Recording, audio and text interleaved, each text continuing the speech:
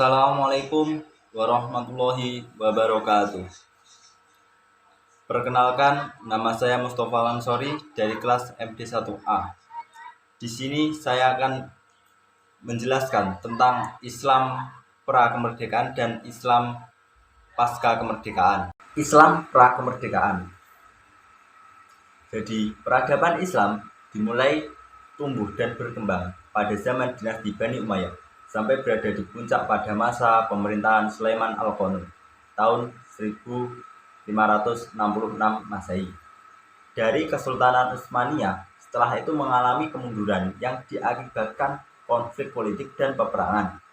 Kemajuan peradaban suatu negara tidak lepas dari kestabilan kondisi politik negara tersebut dengan disokong perekonomian yang kuat, wilayah yang kondusif, dan dukungan dari pemerintahan pada kemajuan ilmu pengetahuan. Tiga dinasti yaitu Umayyah, Abbasiyah, dan Utsmaniyah selalu memberikan reward atau penghargaan cukup besar bagi para ulama, ilmuwan, serta seniman yang berkontribusi untuk kemajuan ilmu pengetahuan. Oleh karena itu, mereka berlomba-lomba memajukan peradaban Islam. Kedatangan Islam di berbagai daerah Indonesia tidaklah bersamaan. Demikian pula kerajaan-kerajaan dan daerah-daerah yang didatanginya mempunyai situasi politik dan sosial budaya yang berlainan. Proses masuknya Islam ke Indonesia memunculkan beberapa pendapat. Para tokoh yang mengemukakan pendapat itu diantaranya ada yang langsung mengetahui tentang masuk dan tersebarnya budaya serta ajaran agama Islam di Indonesia, ada pula yang melalui berbagai bentuk penelitian seperti dilakukan oleh orang-orang Barat atau Eropa yang datang ke Indonesia karena tugas atau pekerjaan oleh pemerintahannya di Indonesia. Tokoh-tokoh itu diantaranya adalah Marco Polo, Muhammad Gor, Ibnu Battuillah, Diego Lopez de Sequeira, Sir Richard Western. Dalam masa kolonial, masuknya Islam di daerah di Indonesia tidak bersamaan. Di samping itu, keadaan politik dan sosial budaya di daerah ketika didatangi Islam juga berlainan. Datangnya orang-orang Islam ke daerah-daerah yang baru disinggahi sama sekali belum memperhatikan dampak-dampak politik, karena awalnya mereka datang hanya untuk pelayanan dan perdagangan. Pada abad ke-13 Masehi, kerajaan memasuki masa kemunduran, dan hal ini pedagang-pedagang Muslim memanfaatkan politik dengan mendukung daerah-daerah yang muncul dan menyatakan diri sebagai kerajaan Islam. Islam sebagai agama yang memberikan corak kultur bangsa Indonesia dan sebagai kekuatan politik yang menguasai struktur pemerintahan sebelum datang Belanda, dan dapat dilihat dari munculnya kerajaan-kerajaan Islam di Nusantara ini, antara lain di Sumatera, Jawa, Kalimantan, dan Sulawesi. Proses pembentukan dan pengembangan masyarakat Islam di Indonesia pertama kali melewati bermacam-macam kontak, diantaranya kontak jual beli, kontak perkawinan, serta kontak dakwah secara langsung, baik secara individu maupun kolektif. Dari berbagai macam kontak inilah proses pendidikan dan pengajaran Islam berlangsung meskipun dalam ruang lingkup yang sederhana. Sejak awal perkembangan Islam, pendidikan mendapat prioritas utama dalam masyarakat Muslim di Indonesia. Di samping karena besarnya arti pendidikan, kepentingan Islami mendorong umat Islam melakukan pengajaran Islam kendati dalam sistem yang sederhana. Sebagai contoh, sistem pengajaran yang menggunakan konsep halaqah yang dilakukan di tempat-tempat peribadatan seperti masjid, musola, bahkan di rumah-rumah para ulama.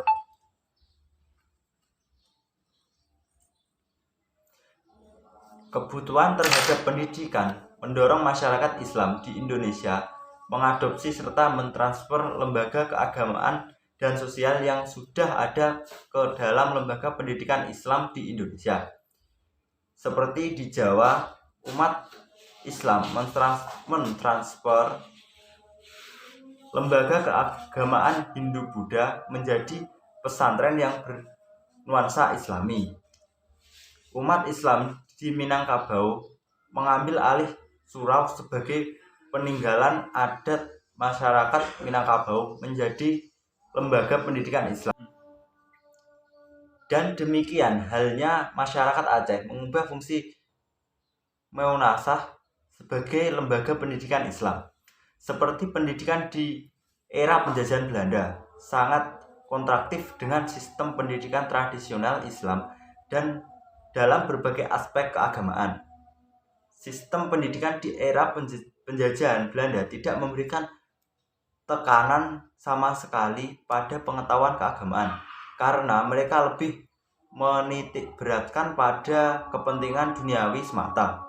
Tujuan pendidikan mereka adalah untuk memenuhi kebutuhan pemerintah Belanda sebagai pegawai pemerintahannya. Namun, harus diakui bahwa sistem serta metode pendidikan dan pengajaran yang diimplementasikan dalam lembaga pendidikan jauh lebih baik dan modern bila dibandingkan dengan sistem dan metode pada lembaga pendidikan tradisional Islam. Pendidikan Islam di zaman pemerintahan Jepang terikat erat dengan konsep Nippon Cahaya Asia. Hal ini disebabkan pemerintahan pada saat itu membutuhkan umat Islam terkait dengan Perang Asia Timur Raya. Begitu pula umat Islam yang mengharapkan kemerdekaan seperti yang dijanjikan pemerintahan Jepang. Hal ini tergambar bagaimana upaya Jepang dalam memberikan ruang dan material kepada masyarakat Muslim dalam menerapkan sistem pendidikan Islam di berbagai madrasah dengan penuh pengawasan. Sebelum Islam datang ke Indonesia dalam abad 13, mereka telah terjelma kerajaan-kerajaan yang susunan pemerintahannya, corak masyarakatnya, alam pikirnya banyak dipengaruhi Hinduisme dan Buddhaisme. Kerajaan-kerajaan itu terdapat di Selat Malaka, di Sumatera Utara, di Kalimantan Utara, Kalimantan Timur. Mereka memiliki susunan ekonomi yang tergantung pada perdagangan laut. Masuk dan berkembangnya Islam ke Indonesia dipandang dari segi historis dan sosiologis sangat kompleks dan terdapat banyak masalah, terutama tentang sejarah perkembangan awal Islam. Jadi itu sedikit tentang peradaban Islam sebelum kemerdekaan atau pra-kemerdekaan. Sekarang kita akan lanjutkan ke Islam pasca kemerdekaan. Islam pasca kemerdekaan. Sejarah kehidupan Islam di Indonesia telah diakui sebagai kekuatan kultural, tetapi Islam dicegah untuk merumuskan bangsa Indonesia menurut versi Islam. Sebagai kekuatan moral dan budaya, Islam diakui keberadaannya, tetapi tidak pada kekuatan politik secara real. Perkembangan selanjutnya pada masa Orde Lama, Islam telah diberi tempat tertentu dalam konfigurasi yang paradoks, terutama dalam dunia politik. Sedangkan Orde Baru, tampaknya Islam diakui sebatas sebagai landasan moral bagi pembangunan bangsa dan negara. Pendiskriminasi Islam tersebut memang sudah diawali saat wajah ideologi Indonesia akan ditentukan, sehingga muncullah berbagai gerakan-gerakan yang pertentangan Islam anti pemerintahan akibat kekecewaan terhadap pembentukan negara Pancasila sebagai dasar negara Indonesia.